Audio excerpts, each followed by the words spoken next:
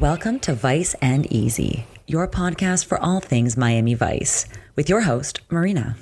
Hello and welcome back to Vice and Easy. Welcome back. This week we are going to be breaking down Season 3, Episode 12, entitled Down for the Count, Part 1. Now, it is split up onto the DVDs, into the Blu-rays, as to two separate episodes, Part 1, Part 2, but it was also reran as a 2-hour TV movie. But for all intents and purposes, we are going to be breaking it down as two different episodes. Also, be warned, this is a sad one. But this was also very interesting. I really enjoy boxing, and I have trained a little bit, so this was actually really cool for me to see, and I kind of missed that spiritual growth. I know that sounds really funny, but I kid you not, boxing training is also one of the best trainings you can ever get mentally. It just improves your confidence, improves your... I can't describe it. I sorely miss it, and I wish it was part of my budget, but this is definitely kind of giving me the itch to go back to a boxing gym. We're going to be breaking down for the count. Per IMDb, the synopsis is as follows. Zito goes undercover as a boxing manager to take down a crooked bookie, but pays the ultimate price for it. And we open up the episode as the Vice Squad, well, minus Castillo and the women. So Zito, who's back, he hasn't been in for a couple episodes, Switek, Crockett, and Tubbs are all going to go see a boxing match. We also see the signs and the posters outside of the match with the name Guzman. So keep that in mind.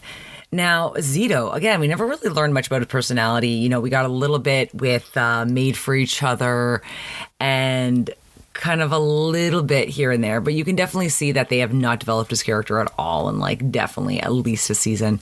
So, surprise, surprise, he has a secret passion for boxing, or he was a former boxer in his youth.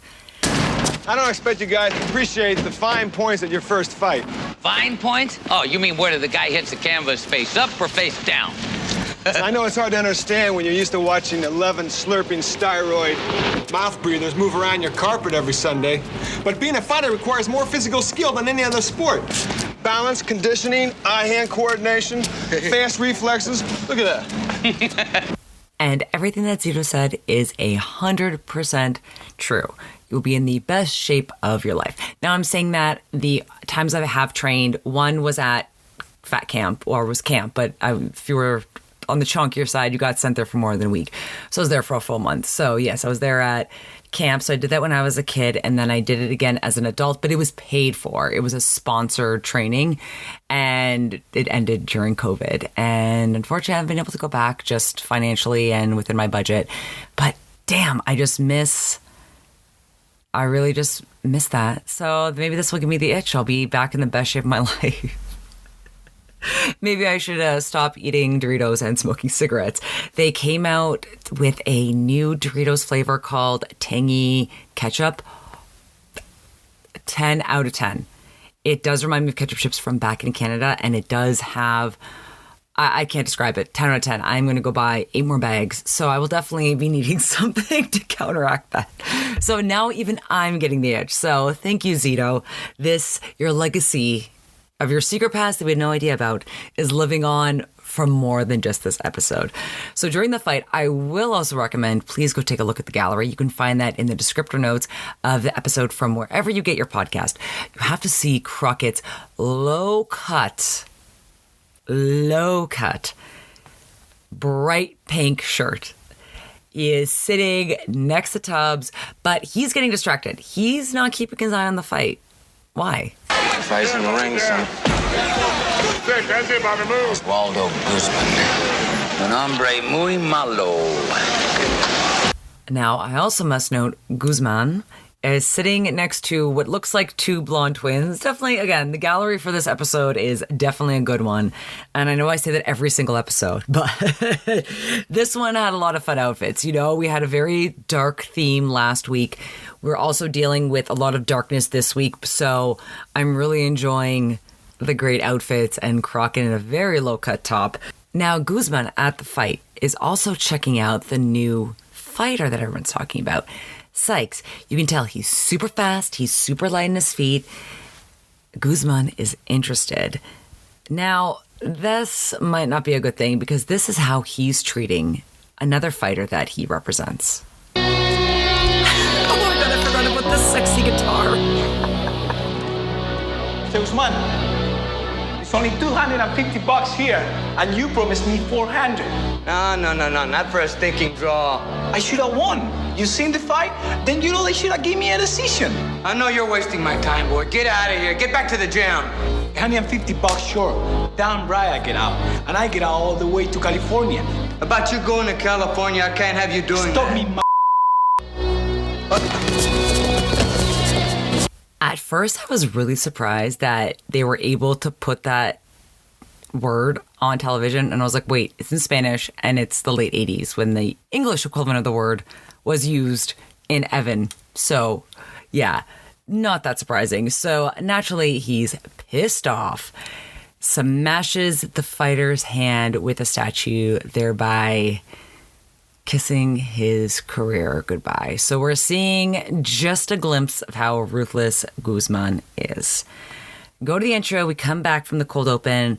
We're at OCB. Crockett is pacing around with a green striped kind of, how do I describe this? I need to pull this picture up. Where is it? No, come on. I know it's in here.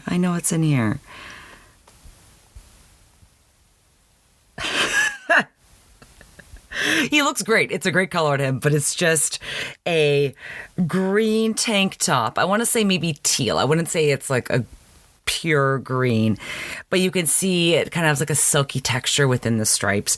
Trudy looks really good. She kind of has like a leotard thing going on, but of course our girl Gina is really taking it home in this all blue ensemble, everything down to her shoes. Now, they're at OCB trying to get dirt on Guzman. They know that he was an importer in South Florida, but 3 years ago, he quote unquote changed careers or changed his tune. And so far in the past 3 years, Gina's letting them know that he hasn't even gotten a parking ticket. So he is keeping himself very clean and very much above the law. Naturally, this really frustrates Crockett. I couldn't stay clean if he lived in a shower. You know me and my love of Crockett's charming and quirky Southern sayings. So kind of explaining just like how bad of a dude he is, but he doesn't really get into it with the rest of the Vice crew at the precinct at OCB. It's in a car ride with Tubbs on the way to go see Don Cash. Does that sound familiar? It's actually played in real life by the real life boxing promoter, Don King. So I just find it's funny, like Don Cash? Like make it be something different, but I get with that voice and with that hair, with that presence, you can't really just play a normal guy on TV, you know? Like you have too much of a familiar look. So yes, they're on their way to meet Don King, or in Miami Vice universe, Burnett and Cooper are on their way to meet Don Cash. Crockett has a really gnarly story about Guzman, and he's had this hang up on getting him ever since. And that's why at OCB, he lists all the things he's going to get him for, which some of our favorite things. Let's take a listen. Drugs or prostitution or gambling or murder. Also love the way he says gambling. I really enjoy that. But yeah, that might be my... It's very hard. I already have a quote of the episode in my head, but that definitely is in contention. Now, let's bring the mood down a little bit, shall we? Because how ruthless was Guzman? How bad was he? Well, Crockett is regaling a story to Tubbs about a 19-year-old CI whose whole family was involved in criminal activity. And they didn't touch him because they had connections to Guzman, and they wanted to use the CI, by CI I'm meaning criminal informant, to get closer to Guzman. So unfortunately, something happened, and he was made to be a snitch. And this was how the story ended. Next thing I know, the highway patrol found him on the side of the Tamiami Trail. Guzman decided to make a road sign out of it. He impaled him on a steel pole and then stuck it in the ground. Unfortunately, yes, that's the type of man that Guzman is, and this is why Crockett is hell-bent on taking him down. So they go over to Don Cash, aka Don King, and get a little bit more information. I must say, this is exactly what I want in a guest star. This robe with embroidered tigers, this beautiful house with this beautiful kitchen, well, with all this fresh cut fruit. I just love it. Then he's waxing on about Cyrano de Bergerac, and I have no idea where this story is going until he kind of drops the main line that ties it all together. And then now I understand. It's very much in that like boxing confidence mentality. He took on 100 men and vanquished them all. Don't bring me no mortal men. Bring me giants. It's funny. So even as he keeps like waxing on about Cyrano de Bergerac, and I don't remember that part of the story, but I kind of only remember the message from it, that Cyrano de Bergerac was so ugly, or he thought he was so ugly, he didn't have the confidence to go after the woman of his dreams. Thereby, he enlisted one of his friends to help him and would send messages through the friend. And so I've never heard about that send me your giants line, but I kind of like that. That's a good way to look at life. Just send me your giants. Don't send me mortal men. I am more than that. Send me your giants. But yeah, I have no idea where that tangent was going, so luckily Croc kind of stops him too. Then brings it back to what they really want to get dirt on, the Guzman. He's making book on the fight, Sonny. How much book? The man is cooking with grease. Hot grease. You know, you can't cook with cold grease. You got to turn the stove on. All of the southeastern part of the United States is his stove. Not the northeastern part of the United States, right? Too many of them mustache boys. And don't even mention Las Vegas, that fabulous oasis in the desert, the home of Pia Sedora. No way. But down here, it's a new frontier. The man can write his own script. Now, speaking of Las Vegas and Pia Sedora, stick around for Vice T for this episode, because this one is good. So Cash suggests that Crockett and Tubbs get close to Guzman by pretending to expand his image. Maybe on television, maybe satellite. And again, pay attention to the regions that Guzman is staying away from, because he would get whacked in Las Vegas, he'd get whacked in the Northeast. I'm assuming he's meaning the Italian Mafia by Mustache Boys. He just has this little empire here in Miami. So he is open to getting his name out there, to expand his image. And the satellite TV, that does make a lot of sense. Remember pay-per-view? For some of you younger kids, you actually had to buy access to a fight.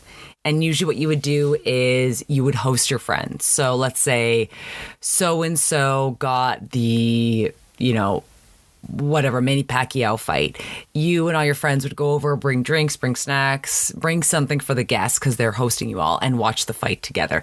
So that was kind of cool that it was this communal experience. And pay-per-view was really popular back in the day. And I want to say this should have been around the same time. I'm coming at it from the perspective of the late 90s. So feel free, correct me if I'm wrong, but I believe that HBO Showtime did start with pay-per-view, fights from Vegas, fights from all over the world. So this makes sense if they really want to get into it. Now, Crockett is explaining that he and Rico are going to go undercover as Sunbelt satellite representatives. Zito speaks up. Again, one of his friends, Moon, who in real life is actually a real-life former boxer. I have his name right here. Do not let me forget it. It is Randall Tex Cook, and you can tell he is a character and a half with the cowboy hat, the jeans, the handlebar mustache, and him and Zito go back. So Zito really doesn't want to use his friend's top prospect as bait. His friend, Moon, does know that he is a cop in real life, so he might be willing to work with him, but that's not something that you would want to be getting around. So that is something you got to tread carefully with. And now, speaking of being careful, Crockett and Tubbs are now going undercover to meet up with Guzman. Yes, the same Guzman we just watched smash a boxer's hand, and the same one who put a dead body up on a spike for the entire population to see. Yes, the same Guzman. Sykes, was that it? I don't know. Long, lean, Sykes, Bobby Sykes. What are we talking about? Well, now, we were thinking that for the Southeast and the Gulf states and the Southwest, maybe $50,000 guaranteed per event. And we're going to need 2 cards. That's 2 cards a week. Of course, that's chump change compared to the book now. Ain't it, Oswaldo? Word gets around, buddy. Ooh, wow, that's a little brave. They're just like poking the bear with this one. And so the beginning of that clip, I cut it just for time. Guzman says, "You're still the smart mouth, Burnett." How far back do they go? Or is this just kind of like a months-long undercover thing? Did they interact when Burnett was using the CI? Wow. So, yeah, I'm just wondering how far back this goes. Or is it just that Burnett is like kind of a mythological creature that is meant to entice fear and create sense of jealousy in the air, and that he's been able to craft this image of Burnett by being undercover for so long? I don't know. This is very interesting. I want to know how far back they go. And now, to get more undercover, Zito is going to try to get closer to Sykes. So Zito and Switek are going to go to the training gym. They laugh about this at OCB, but basically Zito suggests that Switek could be the sweep-up guy for the gym. And they all kind of laugh at Switek, but hey, you know what? He's doing an honest day's work, and he's there at the gym. You got to keep people safe. You got to keep people protected. It is very sweaty in there. There's a lot of stuff. There's blood. There's sweat. There's tears. Got to make sure that's clean. So any work is honest work. But I do find this very funny because we get to the gym. Zito, again, I do believe he's in shape. My favorite thing is what he says that could be a little bit of a deterrent. Yeah, well, you remember to tell that to the various parts of your body that get hit. I know what you're thinking, but I'm in pretty good shape as long as I stay off the tobacco. Hey, Larry. Yeah. Stay off the tobacco. Well, I remember Zito would smoke a cigar at breakfast. I was like, oh my God. I don't know what's worse, a cigarette or a cigar at breakfast. I still remember that episode, Nobody Lives Forever, I believe, when Crockett is dating Brenda. He's just smoking a cigarette while there's like cottage cheese and grapefruit and black coffee on the table. I was like, yeah, nobody's gaining weight at that table. My Lord. And then, yeah, I remember Zito smoking the cigarette when his ex-girlfriend, oh my God, was living with Switek. Oh, so he's saying he's still in good shape, and I believe he's in great shape, but I believe that this 22-year-old wonder kid is going to beat the crap out of him. Surprise, surprise. They spar for a little bit. Someone reminds Zito to put in his mouth guard. He has the headgear. Still gets knocked out. Wakes up on the floor. He's wondering who stopped the fight. Moon's like, you did. And Sykes is kind of messing with him a little bit. They're making sure he's okay. He is able to finally get up, get back. Still a little bit dazed. And so as he gets up and he's kind of regaining his consciousness and everything, Sykes comes up to him and apologizes. Moon, his coach, has a great retort in this next clip. Bobby, you go back and finish your workout and never apologize for throwing a good punch. He paid his quarter. He took his chances. Right? But isn't that great advice? Never apologize for throwing a good punch. Don't apologize at being good at what you do. Especially if someone has knowingly entered the ring with you. So that piece of advice really resonated with me. That's exactly kind of what I needed to hear this week. It's not the usual quote of the week, and that it's not as funny and haha and zany, but like that just really resonated with me. I really needed that this week. Zito also tells Moon what's going on. I think I'm messing the chronological order of this, but basically Zito is letting him know about the sting with Guzman, and Moon, doesn't really want to get involved, but also he knows that Bobby hates cops, that his brother had lost a life in an altercation with a cop. They don't really want to touch that. So Moon tells Zito that Bobby doesn't need to be hurt and that they're going to do the best to take down Guzman. Then one of Guzman's goons comes up to Sykes. Again, now that Burnett and Cooper appear to have dug their claws into Sykes, he looks that much more desirable to Guzman. Guzman's goon comes up to Moon. Obviously, Moon does not greet him warmly. The goon delivers a $50,000 check, which Moon promptly rips up, shoves in his mouth. You can see I made a gif of it, and tells him exactly what he wants him to tell Guzman. Diddly squat. You tell him to eat it. No. You tell him that you ate it. And you get over there that night in the bacon office and you get there. Oh man, the one-liners and the insane quotes at this gym that I cannot keep track of gets even better.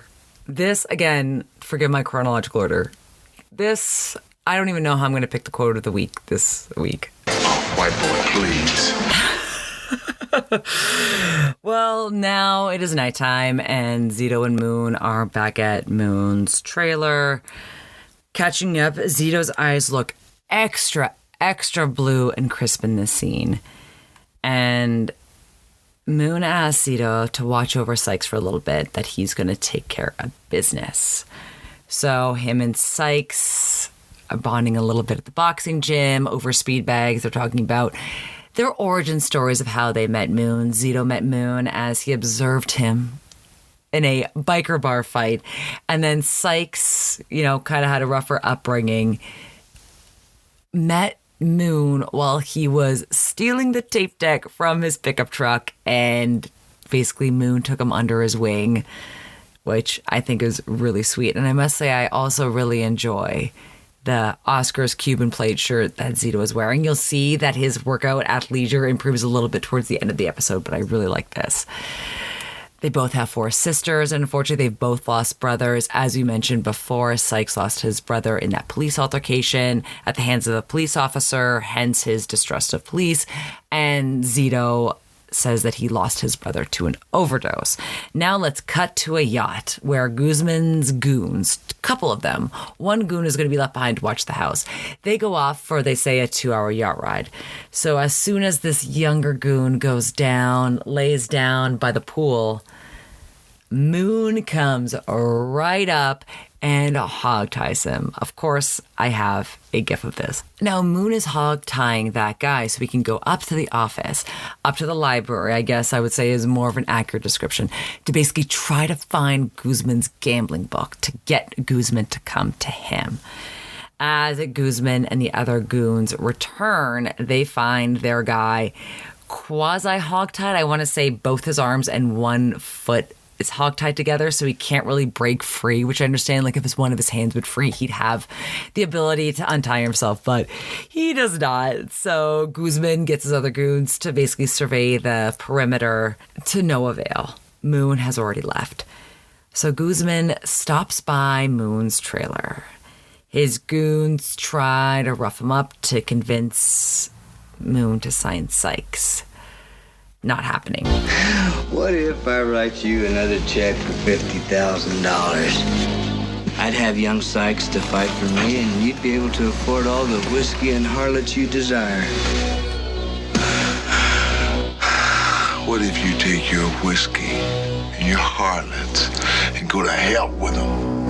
Oh, and this continues and it escalates, and Moon is super strong in his stand. And he basically says, if you want Bobby Sykes, you got to kill me. And unfortunately, Guzman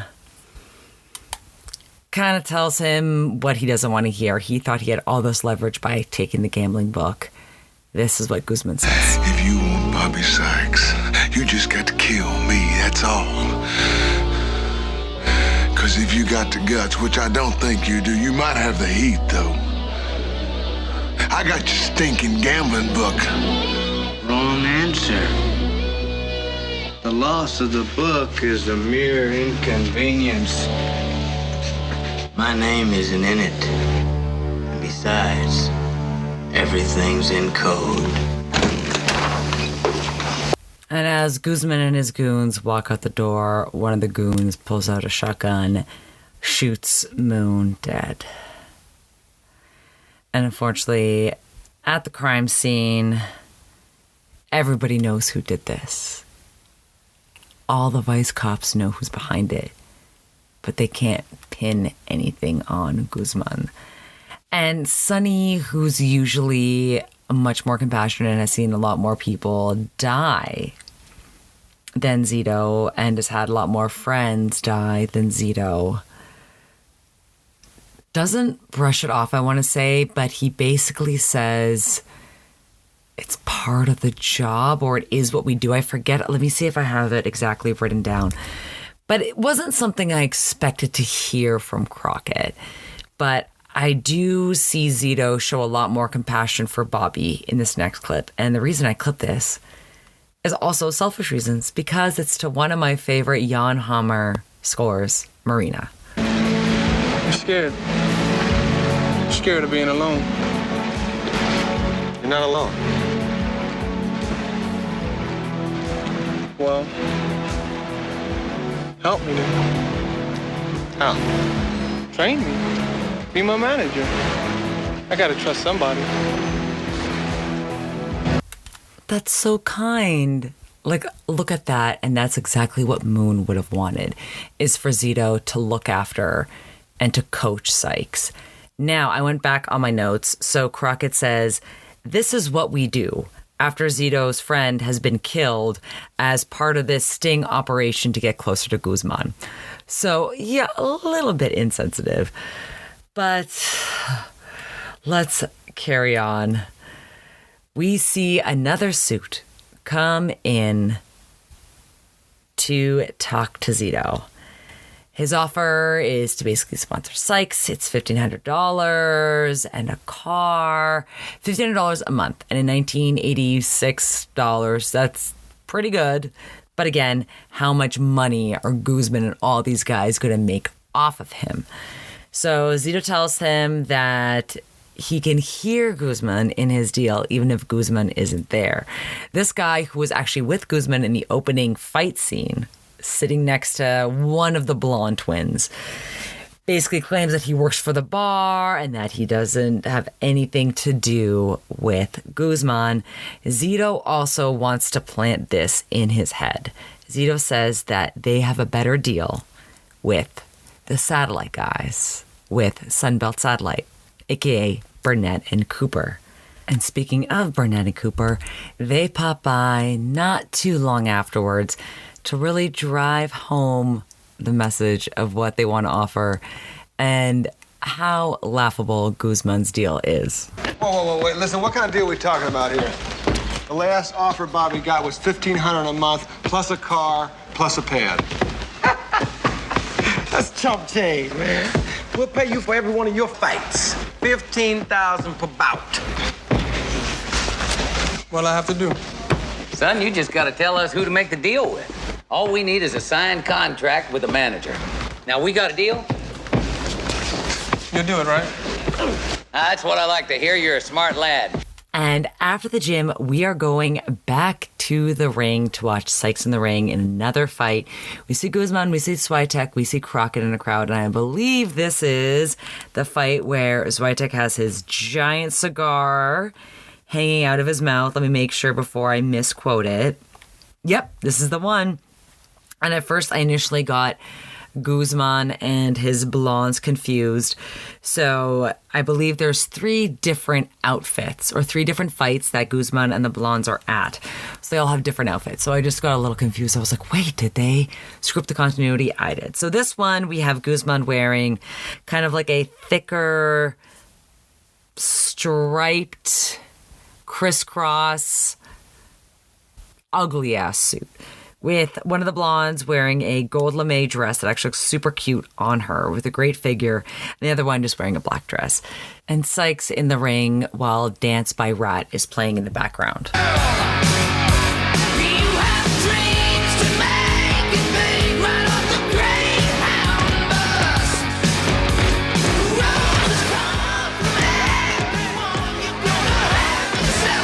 Now, at this fight, after Burnett sees Guzman after the fight and tells him exactly what Guzman does not want to hear. Did you hear? Sykes signed a contract. He what? Oh, yeah. You know Zito, his trainer? He wanted to make the deal with you, but I don't guess we have a choice. Give me a couple of days to work on it. 48 hours. Well, tick-tock, Oz, baby. Gotta move. And now we can kind of see Guzman get a little bit nervous, and he asks Crockett, well, hypothetically, what were to happen if I wasn't able to get Sykes? What would happen to our deal? And Crockett cleverly says, it'd kill it. So they're kind of putting the heat on Guzman to really, really, really ramp up and get Sykes however he can. And remember, the way he can get Sykes is to work with Zito. Now, at the precinct, at OCB, Crockett breaks it down, and Zito really doesn't want to put Bobby at risk. So there is a little bit of a divide. Zito has already just buried his friend. He's not going to be able to handle having anything happen to Bobby. He did give Moon his word before Moon was killed that he would look after Bobby, and that's exactly what he's going to be doing. Now the suit guy is back. He comes back to Zito and offers Zito $200,000. Zito counters money and a taste of the gambling business. Remember, Guzman has apparently been living this very clean life. So Zito really wants to make sure that he's getting names, that he's getting information, that he's getting details so that they're able to get these charges to stick. So he just says he wants to taste the gambling business. And you can kind of see the goon kind of like roll back like, I don't know what you're talking about. Oh my God, where's that clip? It was the guy like all jittery leaving the coffee shop at 8 a.m. and they're like, the news reporter's like, sir, what were you doing in this, establishment at 6 a.m? He's like, drinking coffee. What else would I be doing in there? Were you gambling? Gambling? And I need to find it. It's just so funny because he's so jittery. Like, obviously he's been staying up all night gambling. So once the goon leaves, Crockett and Tubbs come over as Cooper and Burnett, and Zito tells them that the deal is on and that he'll wear a wire, that they'll meet at the gym next day at 7 a.m. But there's something very exciting going on. So this is the big fight. Sykes is going 12 rounds with a guy whose stage name is Bazooka. I kid you not. Now, let's hear that glorious voice give us all the stats we need to know about Sykes. Corner. Standing 6 foot. Wearing the white trunks with the black trim. Weighing 143.25 pounds. 8 professional fights. All wins by knockout. Former Golden Glove champion from Tallahassee, Bobby Sykes. Bobby Sykes.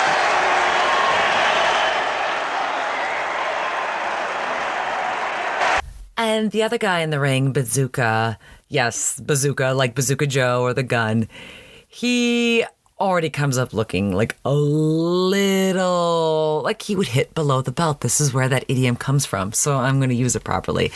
I will also note I really enjoy the dress on the ring girl. She has a short spaghetti strapped white textured dress, and the texture is actually a leopard print, and she has a big smile on her face. Looks very fun. Now this fight, it's actually quite a long scene, and I have a lot of notes. Like one of them was like, is the ref crooked? There was a call that he missed that Zito points out. So after round 9, Zito encourages him to make it with just the 3 minutes left. And yes, those are the longest 3 minutes of his life when you're getting punched in the face. But I really like this advice that Zito gives him. You gotta box him. Make him fight your fight. I really appreciate that advice again. And you do see Bobby kind of does change the way the fight's going. Previous shots of the fight, you could kind of see Bobby getting back in the corner, and they always tell you never get put in the corner. Never let them put you in the corner, because with the corner, you have less room to move. You always want to keep the location to your advantage. So this really does help, because Bobby is finally landing those jabs, and Bazooka was a little bit dirty. You could definitely tell that in the fight, and you definitely heard Zito say it. But Bobby lands them and knocks him out, and it's the end of a great fight. Everyone is super happy. Swiatek is going to take Bobby home because Zito has to stop by the gym. Then they're going to meet up to celebrate. As Zito walks into the gym alone, looking incredible in this satin jacket coaching ensemble. And I also must give credit to the old man in the corner of the ring, patching everybody up and looking after him, which I really like, because that's how you know that's a solid boxing gym. Got to get the old man in the corner. But let's get rid of all that fun stuff, because this is a really tough scene. Like I said, Zito is about to go celebrate the big win with Swiatek, and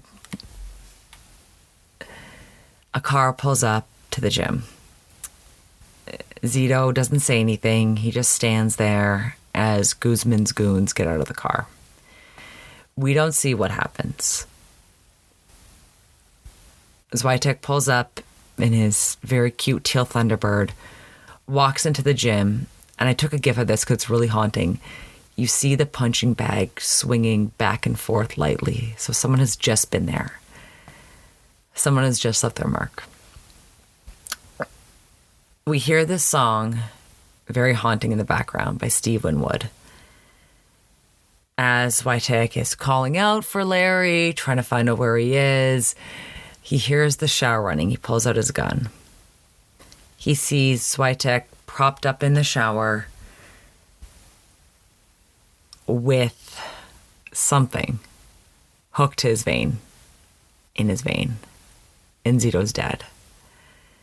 And they've tried to frame it as death by drug overdose. And I don't know how they were able to knock him out, put into his vein. But there's this such sad scene of Swiatek realizing that Zito's dead. And his heart breaking. You can see the tears forming in his eyes as he hugs his friend one last time to this really sad song.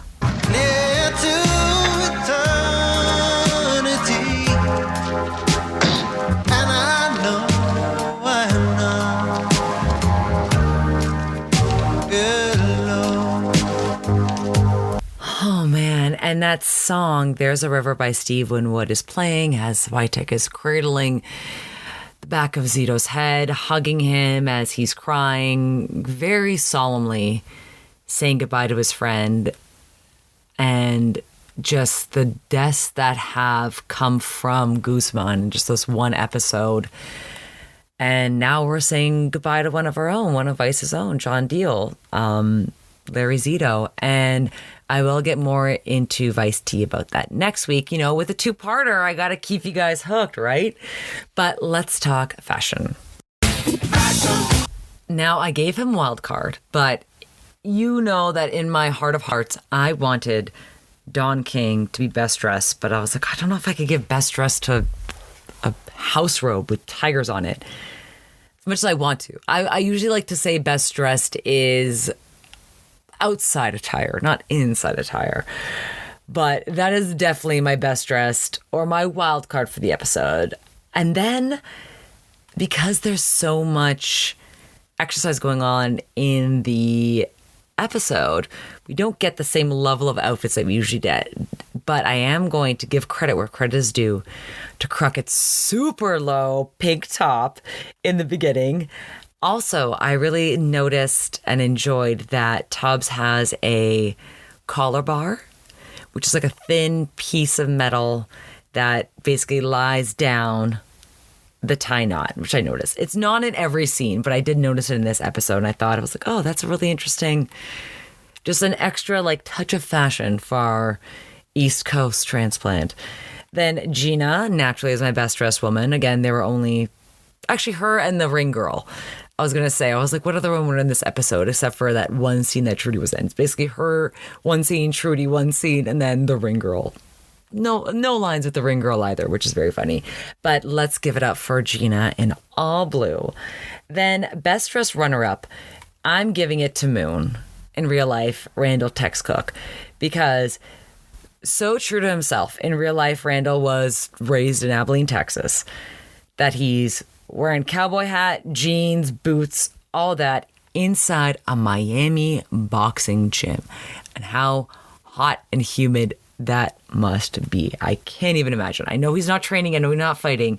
But just the humidity being trapped in that outfit. I cannot.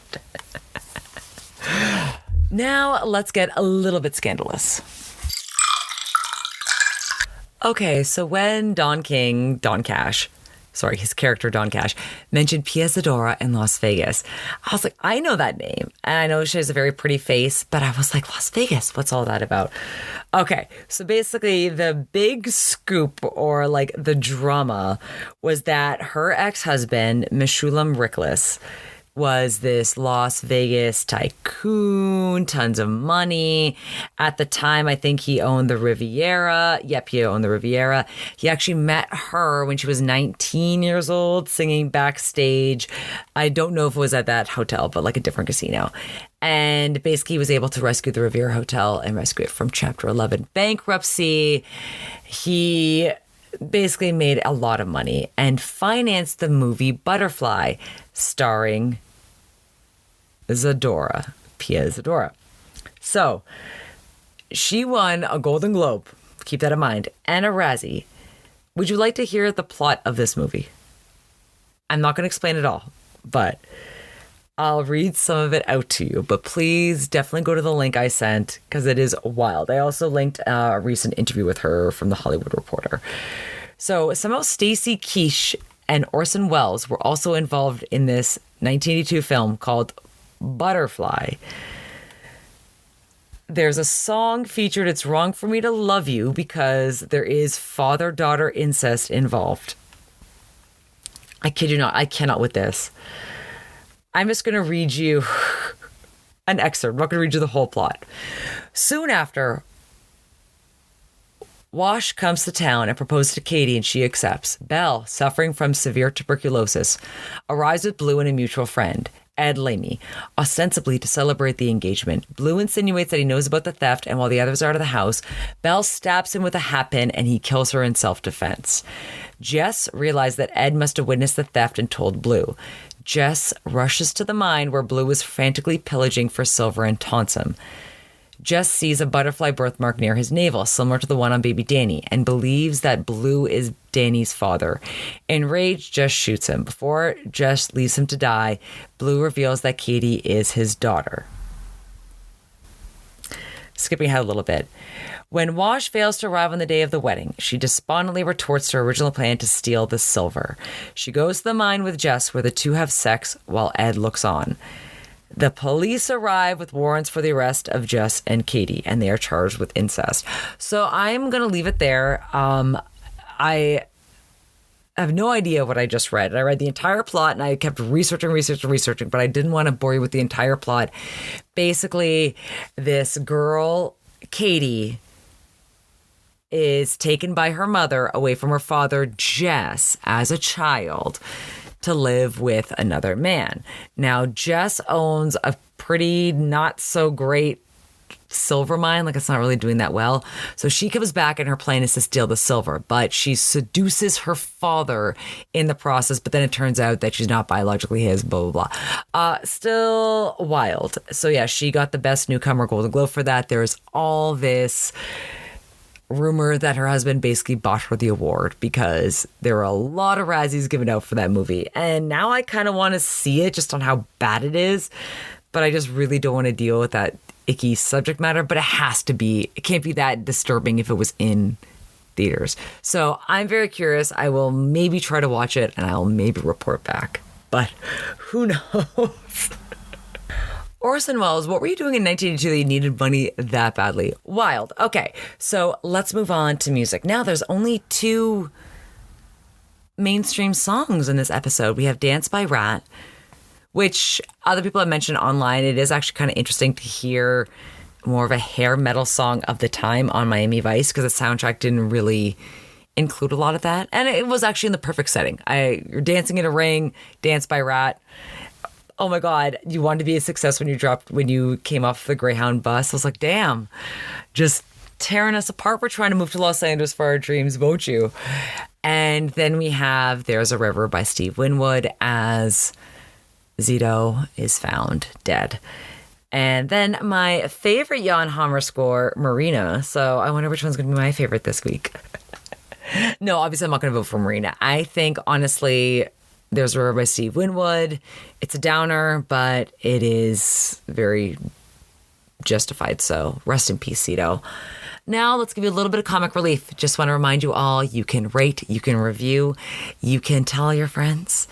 Get the word out. I know Season 3 is a little bit of a slog, but bear through it with me. I think it's fun, and think about all these bad, cheesy episodes that you don't have anybody to talk about with, because everybody just wants to talk about Evan. Everybody just wants to talk about where the buses don't run.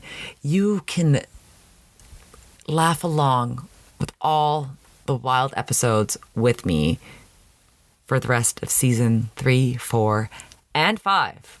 We're not even halfway there yet. I think maybe I just got to the halfway mark. So thank you as always for liking, for subscribing, for listening, and for joining me on this adventure. Now let's leave you with, I'm going to try to pick one quote of the week. Let's see how I do. Drugs or prostitution or gambling or murder. Just love the delivery of that. Or just Moon talking to Zito. White boy, please. They both win this round. Thank you again for listening, and we'll see you next time. Hey man, Miami Wise is #1 new show.